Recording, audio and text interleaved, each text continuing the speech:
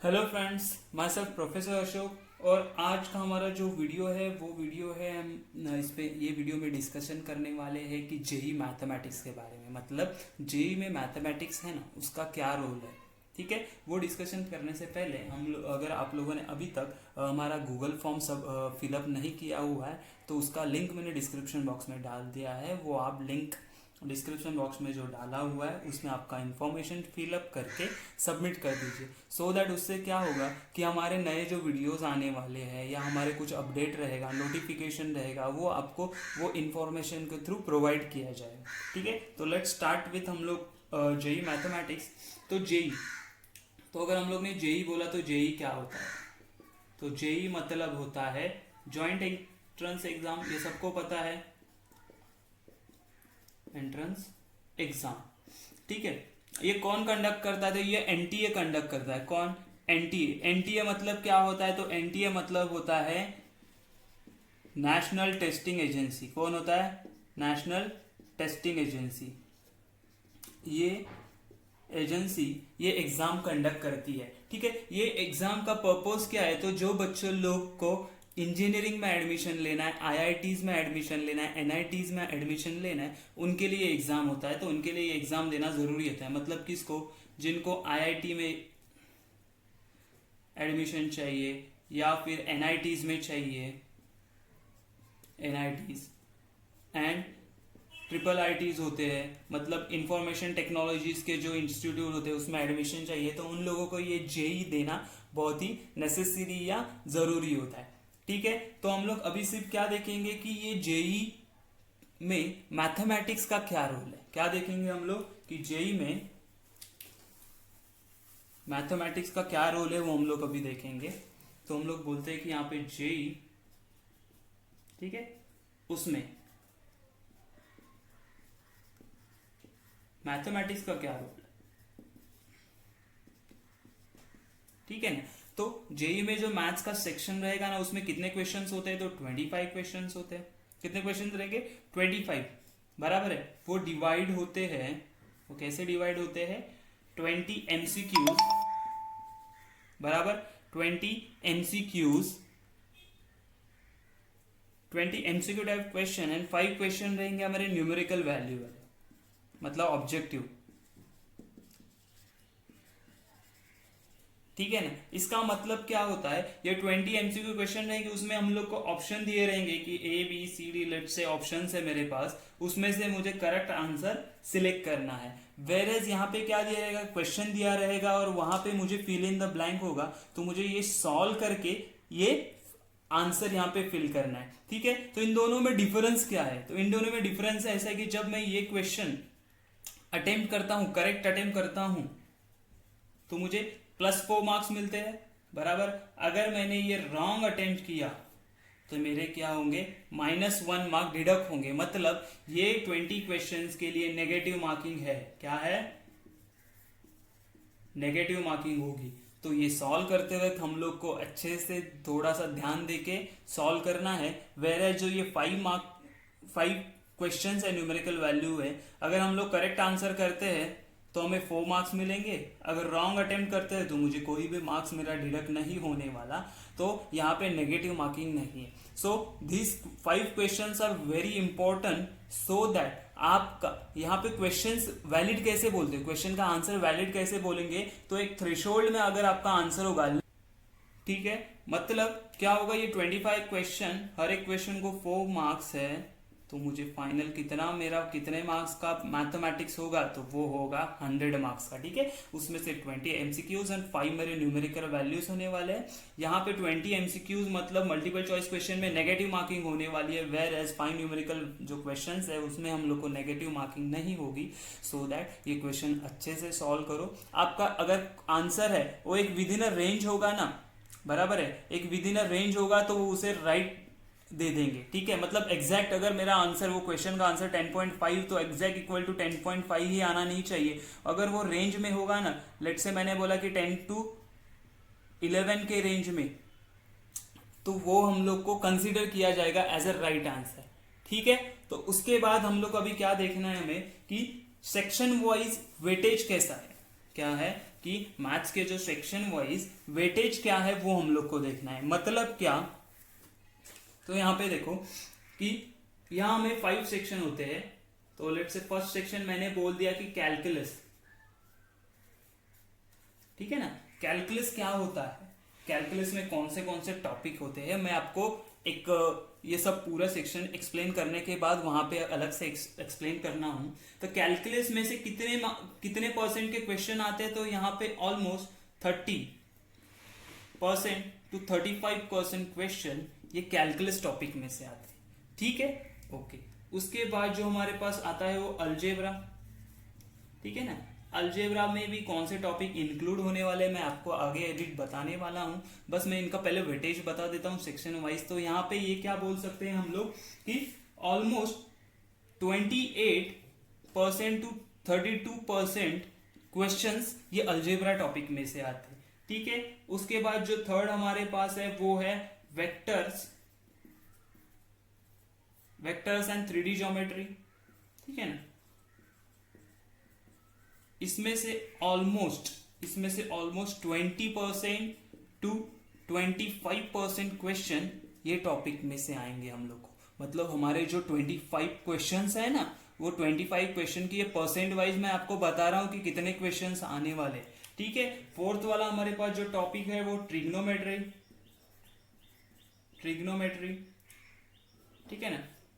Trigonometry में कितने आते हैं, तो क्वेश्चन ऑलमोस्ट 5% to 8% क्वेश्चंस ये ट्रिग्नोमेट्री में से आते हैं।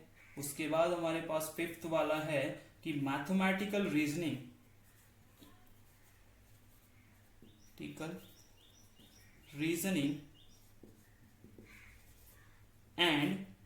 एंड दूसरा क्या होता है स्टैटिस्टिक्स।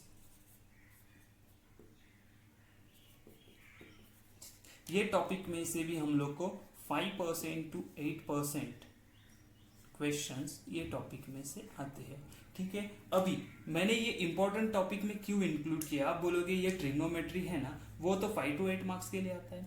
अच्छा, मैथमेटिकल रीजनिंग 5 to 8 मार्क्स के लिए आता है, लेकिन ये जो ट्रिग्नोमेट्री 5 to 8 मार्क्स के लिए आता है, फिर भी मैं इसको बोलूंगा कि ये बहुत ही इंपॉर्टेंट टॉपिक है, one of the best and important topic है। क्योंकि ये ट्रिग्नोमेट्रीज के जो पूरे फॉर्मूलाज है ना वो हर जगह यूज होते हैं। हर जगह यूज मतलब कैलकुलस में हम लोग यूज करेंगे, अलजेब्रा में हम लोग यूज करेंगे, वेक्टर एंड 3D ज्योमेट्री में हम लोग यूज करेंगे। उसके लिए मैं बोल रहा हूँ कि ट्रिग्नोमेट्रिक जो टॉपिक है वो हम लोग ऑप्शन में नहीं रख सकते, ये मुझे करना ही करना है, सो दैट हम लोग ये इसमें जो टॉपिक्स में जो हम लोग के फॉर्मूलेज आने वाले ट्रिग्नोमेट्री के वो सॉल्व कर सकते हैं। तो ट्रिग्नोमेट्रीज के हर एक फॉर्मूला हम लोग को करना है। मैं जैसे ही हमारे लेक्चर स्टार्ट होगा, ये ट्रिग्नोमेट्री के एक शीट, पूरे फॉर्मूलेज की शीट मैं आपको पीडीएफ के थ्रू देने वाला हूँ, ठीक है। और ये मैथमेटिकल रीजनिंग भी one of the important topic है। क्योंकि ये सिर्फ मेंस में आता है। कौन से एग्जाम में आता है, मेंस में आता है, एडवांस में ये टॉपिक नहीं आता। सो दैट इसमें से 2 to 3 क्वेश्चंस हमें एग्जाम में आने ही वाले हैं, ठीक है। कहां, किसमें से, मैथमेटिकल रीजनिंग एंड स्टैटिस्टिक्स में से 2 to 3 क्वेश्चंस हमें आएंगे।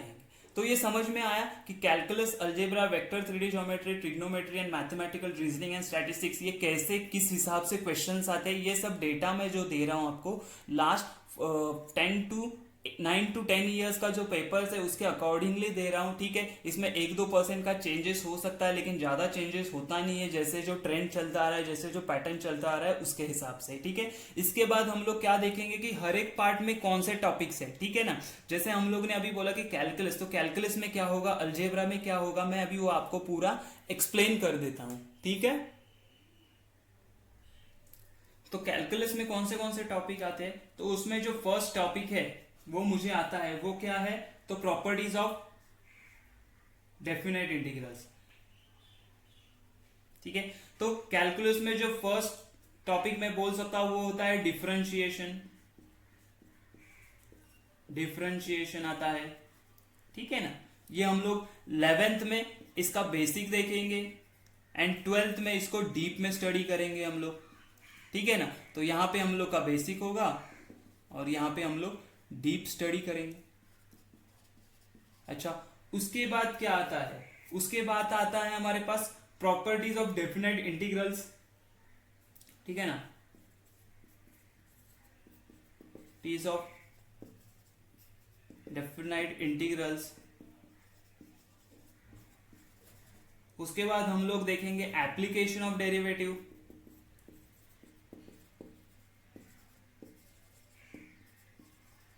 ये सब पूरा कैलकुलस में आने वाला पार्ट है जो आपको बता रहा हूं। उसके बाद हम लोग क्या बोलते हैं कि area under a curve. Area under a curve मतलब क्या होता है, तो इसको हम लोग इंटीग्रेशन बोलते हैं। इंटीग्रेशन से हम लोग ये फाइंड आउट करते हैं, ठीक है। उसके बाद डिफरेंशियल इक्वेशंस इसमें से आते हैं, ठीक है ना। तो इन सब में से एक एक क्वेश्चन हम लोग को एग्जाम में आते हैं, मतलब हर एक टॉपिक में से एक एक क्वेश्चन, ऑलमोस्ट 1 और 2 क्वेश्चंस मैक्सिमम। कभी कभी 2 क्वेश्चन आ जाते हैं, नहीं तो एक क्वेश्चन हर एक ये टॉपिक में से, मतलब ये टॉपिक में से एक क्वेश्चन, ये टॉपिक में से एक क्वेश्चन, ये टॉपिक में से एक क्वेश्चन, ये टॉपिक में से एक क्वेश्चन, ऐसे हर एक टॉपिक में से 1 और 2 क्वेश्चन हम लोग को एग्जाम में आते हैं। इसीलिए calculus is one of the important topic है। तो मैंने क्या बोला था, ये ऑलमोस्ट हम लोग को एग्जाम में कितने परसेंट, 30 to 35% जो क्वेश्चन है ये कैलकुलस पार्ट में से आते हैं। तो इसीलिए मैंने इसे बोला था कि ये बहुत ही इंपॉर्टेंट टॉपिक है। ये सीखने के लिए हमें फंक्शन सीखना है, लिमिट सीखना है, ये सब में डिटेल इंफॉर्मेशन, मतलब 11th में कौन सा सिलेबस है, कौन सा सिलेबस जेई में आता है, एंड 12th में से कौन सा सिलेबस हमें जेई में आता है, वो पूरा एक्सप्लेनेशन दे रहा हूं मैं। सिर्फ ये पहले सेक्शन वाइज आपको इन्फॉर्मेशन प्रोवाइड कर रहा हूं। इसके बाद हम लोग देखेंगे कि मैंने बोला था कि अलजेब्रा में से हमें 28 to 30% क्वेश्चन आते हैं। तो अलजेब्रा में कौन से टॉपिक कवर होते हैं,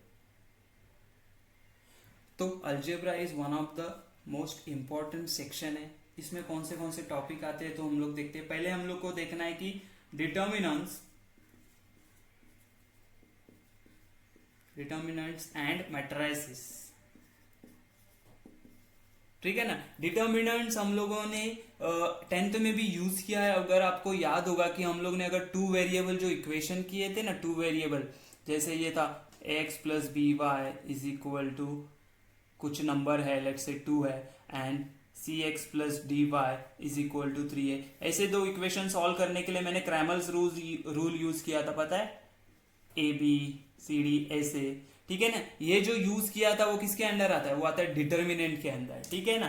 तो ये हम लोग ने 2 इक्वेशन के लिए किया। हम लोग अभी जो 12th में करेंगे, 11th में करेंगे, वो 3 इक्वेशन के लिए करेंगे, ठीक है। अप टू 3 वेरिएबल्स, मतलब 3 इक्वेशंस मेरे पास आएंगे, उसके लिए करेंगे, ठीक है। तो जब हम लोग जेई के बारे में सोचते हैं तो इसमें से हमें एक क्वेश्चन आता है, 1 और 2 क्वेश्चन यहां से हम लोग को आते हैं, 1 और 2 क्वेश्चन, ठीक है, ये याद रखो। उसके बाद हम लोग अलजेब्रा में जो हमारे पास सब टॉपिक है वो है प्रोबेबिलिटी, ठीक है ना। इसका भी बेसिक हम लोग ने किया हुआ है। तो ये इसमें से एक क्वेश्चन हम लोग को हमेशा एग्जाम में पूछा जाता है, जेई के एग्जाम में आता ही आता है। उसके बाद है परम्यूटेशन एंड कॉम्बिनेशन, ठीक है ना, परम्यूटेशन एंड कॉम्बिनेशन।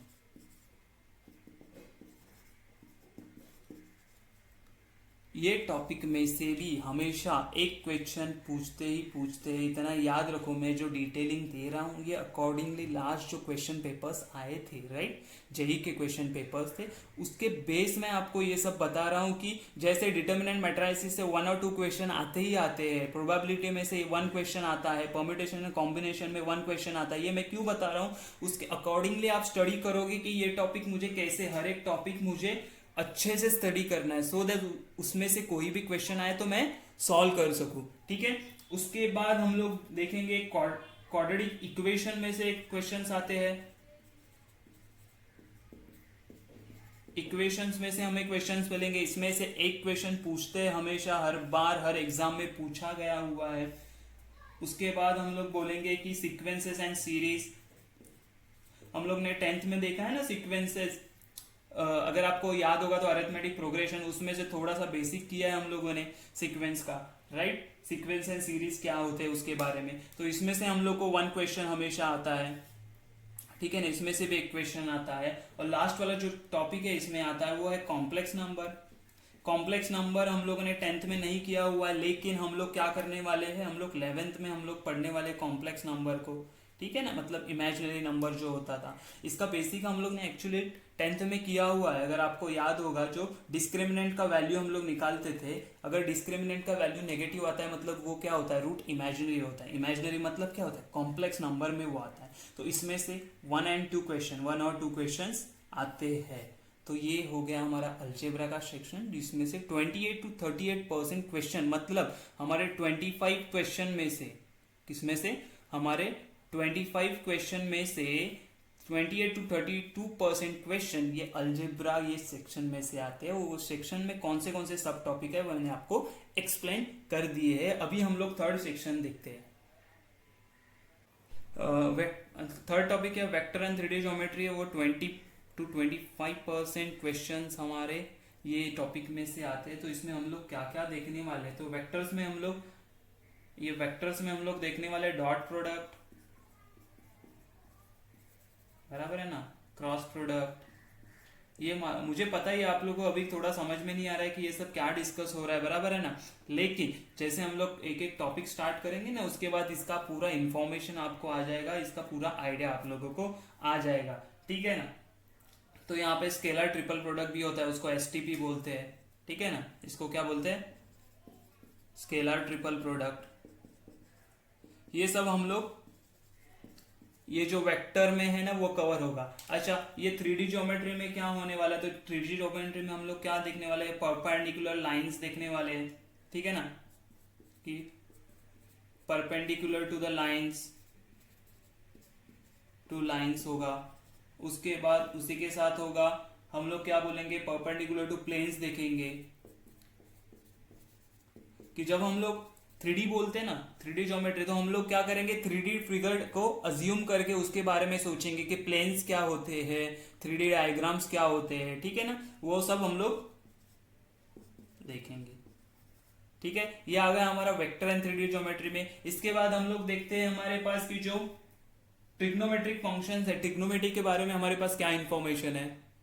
तो मैंने जैसे कहा था कि ट्रिग्नोमेट्री हम लोग को 5 to 8% क्वेश्चन जो है हमें ट्रिग्नोमेट्री में से आते हैं। लेकिन मैंने क्या बोला था, this is one of the important topic है। क्यों कि ये जो ट्रिग्नोमेट्रिक के फॉर्मूलाज है ना वो हर जगह यूज होते हैं। जैसे मैंने स्टार्टिंग में बताया था कि हम लोग कैलकुलस में भी यूज करेंगे, हम लोग अलजेब्रा में भी यूज करेंगे, and vector and 3D geometry में भी इसको यूज करने वाले हैं। तो यहाँ पे आप लोगों को जो फॉर्मूलाज आने वाले हैं वो अच्छे से स्टडी करने। ये हर एक फॉर्मूला कैसे आया, कहाँ से डिराइव किया, ये सब मैं आपको बताने वाला हूँ। क्योंकि हम लोग ने 10th में क्या किया था, तो 10th में हम लोग ने किया था कि सिर्फ हम लोग को ये पता था कि अगर मेरे पास एक राइट एंगल ट्राइंगल है, बराबर है, ये 90 डिग्री और ये थीटा है, बराबर है, तो हम लोग क्या बोलते हैं, थीटा। तो साइन थीटा क्या होता है, तो साइन थीटा मुझे पता है कि अपोजिट साइड, बराबर, इसका अपोजिट साइड ये, मतलब this side divided by hypotenuse, मतलब हाइपोटेनियस, समझे ना। ये अपोजिट साइड हो गया, ये एडजेसेंट साइड हो गया, ठीक है ना।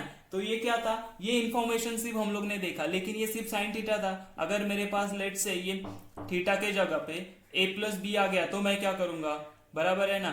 थीटा अगर ये साइन के जगह पे हम लोग ने बोला कि π/2 माइनस थीटा होगा, तो क्या होगा। ये सब फॉर्मूलाज हम लोग को ये ट्रिग्नोमेट्री में पढ़ने हैं, जो हमें आगे यूजफुल है, कहाँ पे, कैलकुलस एंड अलजेब्रा में, ठीक है। उसके बाद नेक्स्ट हमारा जो टॉपिक है वो कौन सा टॉपिक है, तो वो है हमारा मैथमेटिकल रीजनिंग एंड स्टैटिस्टिक्स। तो मैथमेटिकल रीजनिंग एंड स्टैटिस्टिक्स में क्या है, तो मैथमेटिकल रीजनिंग एंड स्टैटिस्टिक्स, ये भी मैंने बोला था कि इंपॉर्टेंट टॉपिक है, क्योंकि ये सिर्फ मेंस में पूछा जाता है। अगर ये सिर्फ मेंस पे पूछा जाता है मतलब मेंस के इसके ऊपर क्वेश्चन आने बनते हैं, और जो आएंगे, क्योंकि एडवांस में अगर ये टॉपिक नहीं है तो मेंस में पूछेंगे इसके ऊपर क्वेश्चन, इसीलिए ये भी इंपॉर्टेंट टॉपिक है, दोनों भी, ठीक है। तो इसे भी हम लोग अच्छे से करेंगे। तो मैथमेटिकल रीजनिंग में क्या क्या आता है, तो मैथमेटिकल रीजनिंग में हम लोग देखेंगे कि सेट्स क्या होते हैं, तो सेट्स के बारे में उसके हम लोग प्रॉपर्टीज देखेंगे, बराबर है ना। वेन डायग्राम के बारे में देखेंगे।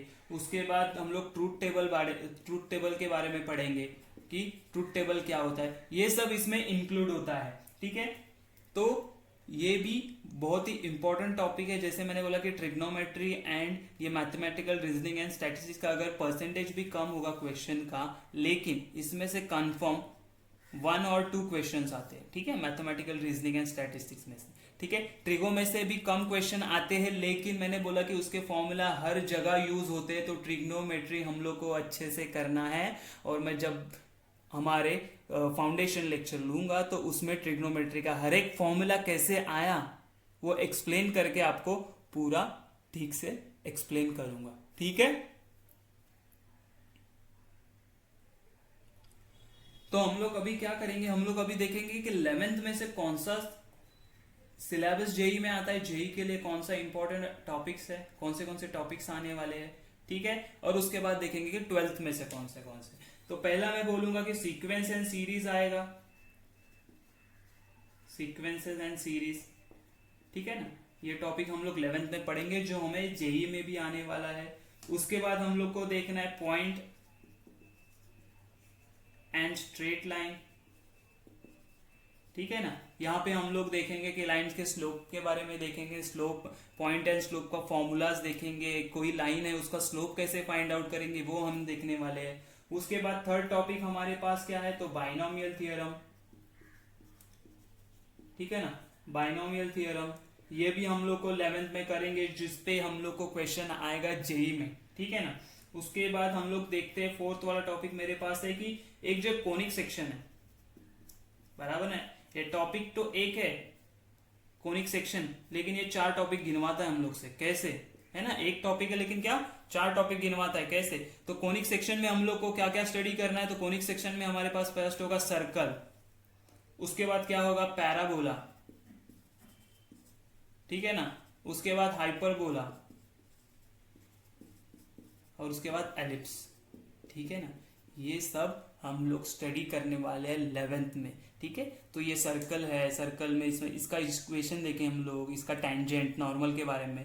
उसी तरह ये पैराबोला, हाइपरबोला एंड एलिप्स, इसका भी हम लोग इक्वेशन देखेंगे, उसके टेंजेंट एंड स्लोप के बारे में स्टडी करेंगे, कैसे फाइंड आउट करना है उसका इक्वेशन, स्लोप, इसके एलिप्स का इक्वेशन कैसे फाइंड आउट करना, ये सब हम लोग को कोनिक सेक्शन में देखने वाले हैं।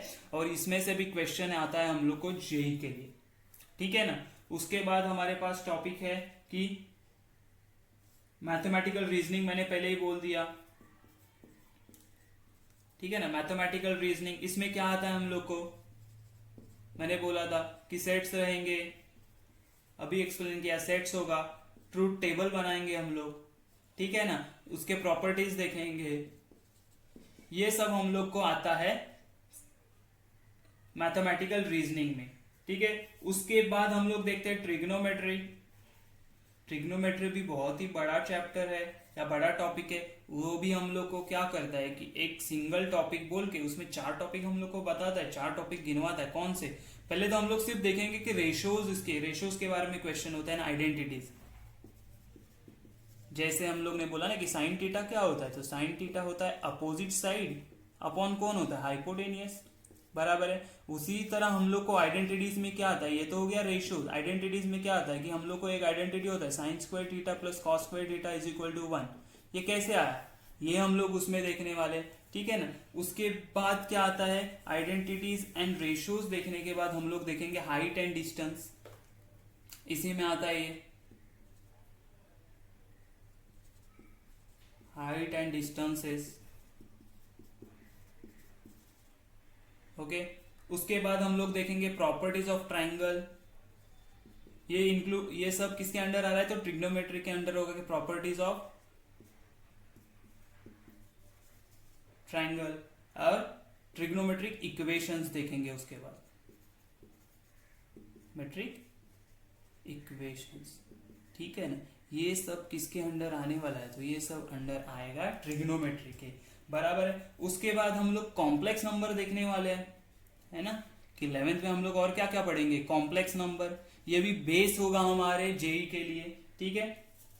कॉम्प्लेक्स नंबर देखेंगे जो अलजेब्रा के अंडर आता है। उसके बाद हमारे पास है कि परम्यूटेशन एंड कॉम्बिनेशन है, एंड कॉम्बिनेशन, ये बोला था ना मैंने, सब किसके अंडर आता है, तो अलजेब्रा ये एक सेक्शन के अंडर आता है। उसके बाद हम लोग देखेंगे फंक्शंस 11th में, लिमिट्स देखेंगे हम लोग। लिमिट्स क्या होता है, फंक्शन कौन से टाइप के होते हैं, फंक्शन बोलेंगे तो उसमें हम लोग को पता है कि ऑड इवन फंक्शंस आते हैं, onto one to one functions होते हैं, ये सब इसमें स्टडी करेंगे। लिमिट्स में क्या है, लिमिट्स में क्या होता है, तो हम लोग को कोई भी फंक्शन का लिमिट सॉल्व करना है तो यहाँ पे भी हम लोग को ये ट्रिग्नोमेट्रिक फॉर्मूलेज है ना, ये यूज होते हैं लिमिट्स में। ठीक है, उसके बाद हम लोग क्या बोलेंगे कि मैथमेटिकल इंडक्शन एक टॉपिक है, मैथमेटिकल इंडक्शन। ठीक है, इस पे ना जेई में कोई भी क्वेश्चन अभी तक पूछा नहीं गया। आई थिंक सो कि लास्ट पेपर में भी उसमें से लास्ट 3-4 साल के पेपर में वो एक बार एक क्वेश्चन पूछा है। तो ये टॉपिक हम लोग अगर साइड में भी रख देंगे तो भी चलेगा। तो ये मैथमेटिकल इंडक्शन, ये टॉपिक में से ज्यादा क्वेश्चंस आते नहीं है। तो ये हो गया हमारा 11th का जो भी सिलेबस है वो जेई में कैसे आता है या कितने एक्सटेंड तक आता है वो हम लोग ने देखा। मतलब 11th में हम लोग बेसिक करेंगे, उसके बाद 12th में हम लोग उसी सब्जेक्ट को, उसी टॉपिक को डीप में स्टडी करेंगे। ठीक है, तो ये हो गया 11th के बारे में। अभी उसी तरह हम लोग 12th के टॉपिक भी डिस्कस कर लेते हैं। ठीक है ना, कि 12th में हम लोग कौन से टॉपिक्स करने वाले। तो पहला होगा 3D ज्योमेट्री। मैंने पहले ही बोला था 3D ज्योमेट्री क्या है, 3D ज्योमेट्री में हम लोग क्या क्या देखेंगे। तो 3D ज्योमेट्री में मैंने बोला था कि परपेंडिकुलर टू लाइंस देख सकते हैं। ठीक है, अगर परपेंडिकुलर टू प्लेन्स होंगे, मैंने बोला ना कि 3D ज्योमेट्री मतलब क्या। अभी तक हम लोग ने कौन से ज्योमेट्री देखे थे, तो हम लोग ने देखा था कि हम लोग ने स्टडी किया था कि हमारे पास सर्कल क्या होता है, उसके बाद ट्राइंगल, उसका सब प्रॉपर्टी स्टडी किया था। वो 2D डायमेंशन में था। क्या था, ये होता है जैसे मैंने ये बोला, ये क्या है 2D डायमेंशन है, लेकिन इसको ही मैं अगर ऐसे बनाऊं तो ये क्या होता है 3D डायमेंशन होता है। ठीक है, उसके बहुत सारे प्लेन, 3 प्लेन्स होते हैं, उसके बारे में हम लोग को इन्फॉर्मेशन ये सब कलेक्ट करना है। तो ये सब किस में आता है, तो ये 3D ज्योमेट्री में आता है। ठीक है, इसमें से भी 1 और 2 क्वेश्चन हम लोग को जेई में आते हैं। ठीक है ना, ये क्यों डिस्कस कर रहे हैं हम लोग, क्योंकि इसमें से जेई में क्या क्या आने वाला है, कौन से टॉपिक्स है जेई के लिए 12th में से, वो हम लोग डिस्कस करें। ठीक है, इसके बारे में हम लोग इसमें और क्या करेंगे, तो इसमें हम लोग देखेंगे कि angle between planes find out करेंगे, बिटवीन प्लेन्स होंगे, angle between lines find out करने होंगे हम लोग को। ठीक है ना, ये सब हम लोग जब टॉपिक ये करते जाएंगे तभी हम लोग को पूरे अच्छे से समझ में आएगा। ये जस्ट आपको मैं एक प्री इन्फॉर्मेशन क्या क्या होता है कि हम लोग जेई में 12th में क्या क्या टॉपिक्स आने वाले हैं। ठीक है ना, ये हम लोग जैसे आराम से करेंगे वो हम लोग को समझेगा, एक स्टेप बाय स्टेप हम लोग करते जाएंगे। तो अभी सिर्फ हम लोग ये डिटेल इन्फॉर्मेशन कलेक्ट करके रख रहे हैं। मैट्राइसिस, ठीक है ना, मैट्राइसिस हम लोग 11th में क्या करने वाले, 11th में इसका बेसिक होगा हमारे से, बराबर है कि डिटर्मिनेंट वो सब होगा। और 12th में हम लोग क्या करेंगे, इसका डीप स्टडी करेंगे 12th में। ठीक है ना, ये मैट्राइसिस के अंदर आ गया। उसमें हम लोग क्या करेंगे, मैट्राइसिस में हम लोग मैट्राइसिस का प्रॉपर्टीज देखेंगे, डिटर्मिनेंट्स देखेंगे, डिटर्मिनेंट्स का प्रॉपर्टीज देखेंगे। इसमें क्या क्या स्टडी करने वाले हम लोग, तो डिटर्मिनेंट है ना, डिटर्मिनेंट का प्रॉपर्टीज देखेंगे, बराबर। उसके बाद हम लोग क्या देखेंगे कि सिस्टम ऑफ लीनियर इक्वेशन इसमें देखना है हम लोग को कि लीनियर इक्वेशन का सिस्टम कैसे होता है, लीनियर इक्वेशन। ठीक है ना, ये सब हमको यहाँ पे करना है। उसके बाद थर्ड टॉपिक जो हमें 12th में है वो डिफरेंशिएशन। ठीक है ना, यहाँ पे भी हम लोग क्या करते हैं, डिफरेंशिएशन 11th में सिर्फ बेसिक पढ़ाते हैं, बराबर है, बेसिक पढ़ेंगे 11th में बेसिक होगा। और 12th में हम लोग इसमें डीप स्टडी करेंगे कि इनवर्स फंक्शन का डेरिवेटिव, लॉगरिथमिक फंक्शन का डेरिवेटिव, ये सब हम लोग को ये डिफरेंशिएशन में देखना है। उसके बाद फोर्थ वाला हमारे पास जो टॉपिक है वो क्या है कि इसी का एक सब टॉपिक, इसी का एक इंपॉर्टेंट टॉपिक आता है 4, मतलब हम लोग बोलेंगे एप्लीकेशन ऑफ डेरिवेटिव। ये एप्लीकेशन ऑफ डेरिवेटिव में से भी एक क्वेश्चन, हमेशा एक क्वेश्चन हम लोग को जेई में आता है, गिरता है। सो हम लोग को ये भी अच्छे से करना है, डेरिवेटिव। ठीक है, उसके बाद हमारे पास और कौन सा टॉपिक है, तो वो है हमारे पास area under curve. Area under a curve मतलब क्या होता है, मतलब होता है इंटीग्रेशन। तो इंटीग्रेशन में कौन से पार्ट आते हैं, तो इंटीग्रेशन में हम लोग को मिलेगा definite integral and indefinite integral. क्या होता है, डेफिनाइट एंड इनडेफिनाइट। ठीक है ना। तो ये सब हम लोग को स्टडी करना है इंटीग्रेशन में भी। तो हम लोग क्या करेंगे, इसमें से भी हम लोग को 1 और 2 क्वेश्चंस आते हैं जेई के लिए। तो हर एक टॉपिक जो मैं एक्सप्लेन कर रहा हूं ना, ये सिर्फ मैं आपको प्री इंफॉर्मेशन दे रहा हूँ कि हम लोग 11th में क्या करेंगे, 12th में क्या करेंगे, उसका कॉम्बिनेशन होके जब हम लोग को जेई में क्वेश्चंस आते हैं, ठीक है ना। उसके बाद हम लोग प्रोबेबिलिटी देखेंगे, है ना, प्रोबेबिलिटी। उसके बाद हमें देखना है डिफरेंशियल इक्वेशंस, जो मैंने बोला था कि कैलकुलस में आता है differential equations. After that vectors मैंने बोला था, वेक्टर्स पे भी बहुत सारे क्वेश्चंस आते हैं, 1 और 2 क्वेश्चंस आते हैं। उसके बाद हम लोग को डिस्कस करना होगा कोई भी फंक्शन का कंटिन्यूटी एंड डिफरेंशिएबिलिटी। क्या होता है कंटिन्यूटी एंड डिफरेंशिएबिलिटी, मतलब वो पॉइंट पे डिफरेंशिएबल है कि नहीं, वो देखना है हम लोग को, वो पॉइंट पे कंटिन्यूअस है कि नहीं। उसके बाद ट्रिग्नोमेट्री में हम लोग क्या देखेंगे, इनवर्स ट्रिग्नोमेट्री, ठीक है ना। इसमें से क्वेश्चंस आते हैं, इसमें हम लोग को मैक्सिमम फॉर्मूलाज करना है, बाकी कुछ नहीं। ट्रिगो में से हम लोग क्या मैक्सिमम अगर फॉर्मूलाज करेंगे ना, उसके थोड़े से क्वेश्चन सॉल्व करेंगे तो ट्रिगो हमारा पूरा कंफर्म और अच्छे से हो जाएगा। और उसके बाद लास्ट आता है सेट थियोरी एंड रिलेशन।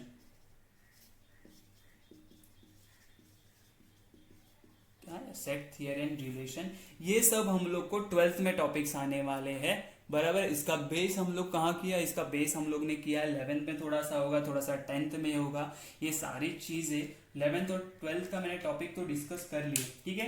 तो ये हमारा पूरा हो गया सिलेबस के बारे में। अभी हम लोग को क्या देखना है कि फाउंडेशन लेक्चर्स क्या होते हैं, फाउंडेशन के बारे में हम लोग देखते हैं। तो विवेक सर ने लास्ट लेक्चर में बोला था कि वो फाउंडेशन लेक्चर्स लेने वाले हैं, ठीक है, फाउंडेशन लेक्चर्स लेने वाले। तो फाउंडेशन लेक्चर्स मतलब एक्चुअली क्या होता है, फाउंडेशन क्या होता है, किस चीज के लिए फाउंडेशन चाहिए। फाउंडेशन मतलब बेस होता है, किस चीज का बेस।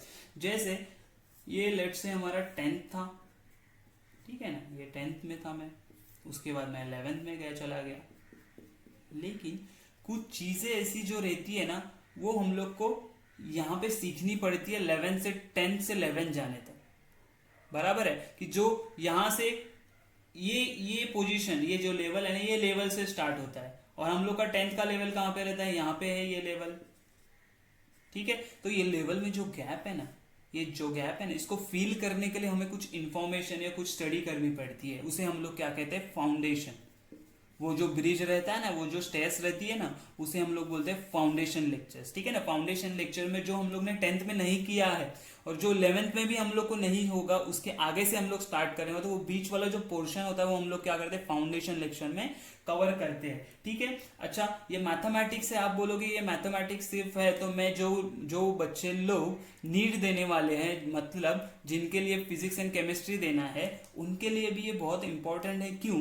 क्योंकि ये जो मैथमेटिक्स है ना, वो यहाँ पे बेस होता है, मतलब कैलकुलेशन हो गया, इंटीग्रेशन है, डेरिवेटिव है, बहुत सारे इसमें। ये अगर मैथ्स है ना, बराबर है, तो ये फिजिक्स में भी इसका थोड़ा बहुत यूज होता है, जहां पे हम लोग को न्यूमेरिकल सॉल्व करने हैं, इंटीग्रेशन करते हैं, डेरिवेटिव करते हैं, वहां पे यूज होता है। उसी तरह कुछ जगह पे केमिस्ट्री में भी इसका यूज होता है, ठीक है ना।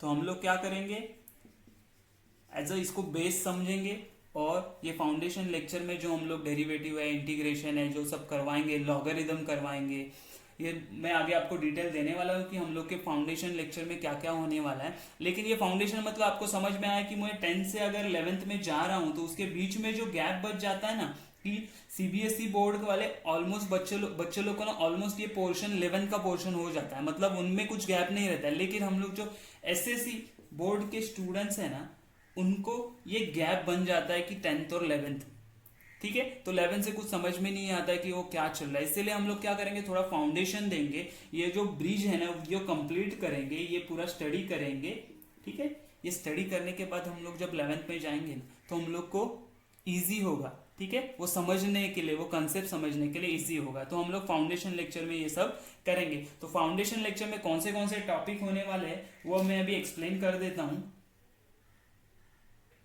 तो फाउंडेशन लेक्चर में हमारा फर्स्ट टॉपिक क्या होगा, तो सीक्वेंस एंड सीरीज।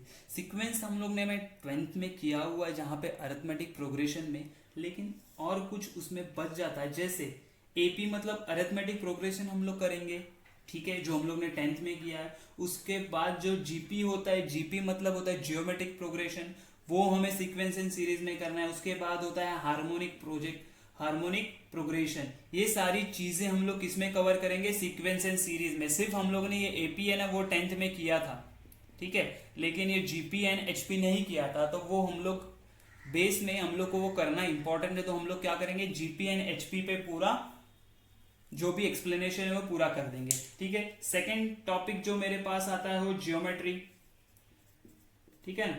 ज्योमेट्री में हम लोग ने बहुत सारी चीजें की है 10th में, लेकिन जो इंपॉर्टेंट किसकी ज्योमेट्री देखेंगे हम लोग, तो हम लोग देखेंगे ट्राइंगल की ज्योमेट्री,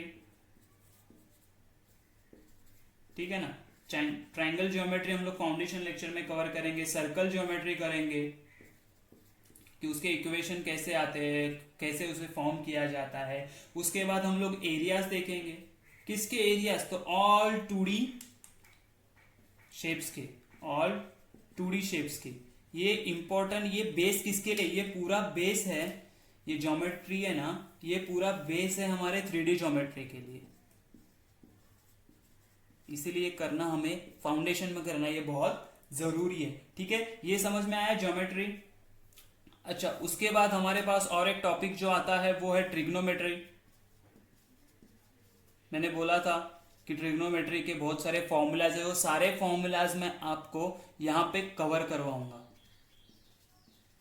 कहां पे, तो ये फाउंडेशन लेक्चर में सारे फॉर्मूलाज आएंगे कि साइन ए प्लस बी क्या होता है, साइन ए माइनस बी क्या होता है, साइन पाई प्लस ए क्या होगा, पाई बाई 2 माइनस ए क्या होगा। ये सारी चीजें मैं ये ट्रिग्नोमेट्री में आपसे करवाऊंगा, ठीक है। सारे फॉर्मूलाज यहाँ पे, इसका शीट मैं आपको स्टडी मटेरियल अलग से दूंगा। उसके बाद जो हमारे पास फोर्थ टॉपिक होगा वो है कैलकुलस, ठीक है ना। कैलकुलस हम लोग को पता है ना कि जेई में बहुत इंपॉर्टेंट टॉपिक है, तो उसी तरह उसमें फाउंडेशन लेक्चर में उसका हम लोग क्या करेंगे, तो शुरुआत हम लोग कहाँ से करेंगे, तो पहले सेट्स देखेंगे जो हम लोग ने स्टडी की है 9th 10th में सेट के बारे में। अच्छा, उसके बाद हम लोग फंक्शन देखेंगे कि फंक्शन किसे कहते हैं, फंक्शन कैसे फॉर्म होता है, वो फंक्शन पे डिपेंडेंट। बाद में हम लोग लिमिट्स देखेंगे कि फंक्शन को लिमिट्स क्यों देते हैं, क्या जरूरत होती है, कैसे देते हैं। उसके बाद डिफरेंशिएशन देखेंगे, डिफरेंशिएशन बराबर है ना, ओके। डिफरेंशिएशन मतलब उसमें आएगा मोड ऑफ डिफरेंशिएशन क्या होते हैं। और उसके बाद हम लोग देखेंगे एरिया अंडर कर्व होता है, मतलब इंटीग्रेशन। जो भी डिफरेंशिएशन उसके अपोजिट क्या होता है, इंटीग्रेशन होता है, तो वो हम लोग को स्टडी करना है, ठीक है। इसमें हम लोग बोलेंगे मोड ऑफ इंटीग्रेशन हम लोग को देखना है। तो ये सारी चीजें इसमें ये तो हमारे मेन टॉपिक हो गए। इसमें से भी छोटे छोटे टॉपिक्स है, जैसे लॉगरिथम हो गया,